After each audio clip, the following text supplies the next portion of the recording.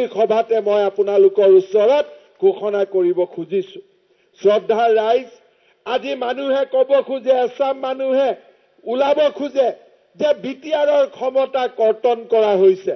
মই ৰাইজক এটা কথা ক'ব পাৰো যে আজি 10 বছৰ হ'ল বিটিআৰৰ ওপৰত ডিচিৰ কোনো এখতিয়াৰ নাছিল।